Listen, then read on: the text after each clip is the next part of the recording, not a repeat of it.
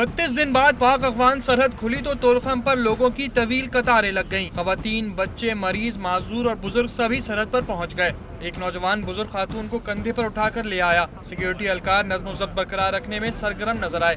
एक तरफ लोगों की लाइन है तो दूसरी तरफ गाड़ियों की। एक माह से खड़े माल बरदार ट्रकों और ट्रॉलर्स के पहिए भी रवां दवां हो गए। 30 दिन हो गया, मैं तो खड़ा था कारखानों में, अभी मुसाफिर आदमी मैंने बैठाया तो खान पे जा रहे, बॉर्डर तो खोल गया, अभी खुश है, कोई मसला तो नहीं है।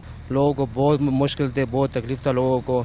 अल्हम्दुलिल्लाह भी ये खोल गया तो ये बहुत अच्छी बात है, लोगों की तकलीफ भी हल हो गए, फिर लोग भी आए जाएंगे खुशी से, तो अल्लाह करे ये उम्र भर के लिए खोल जाए।